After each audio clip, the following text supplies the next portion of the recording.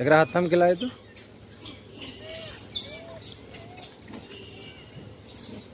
छीन छीन खा। आ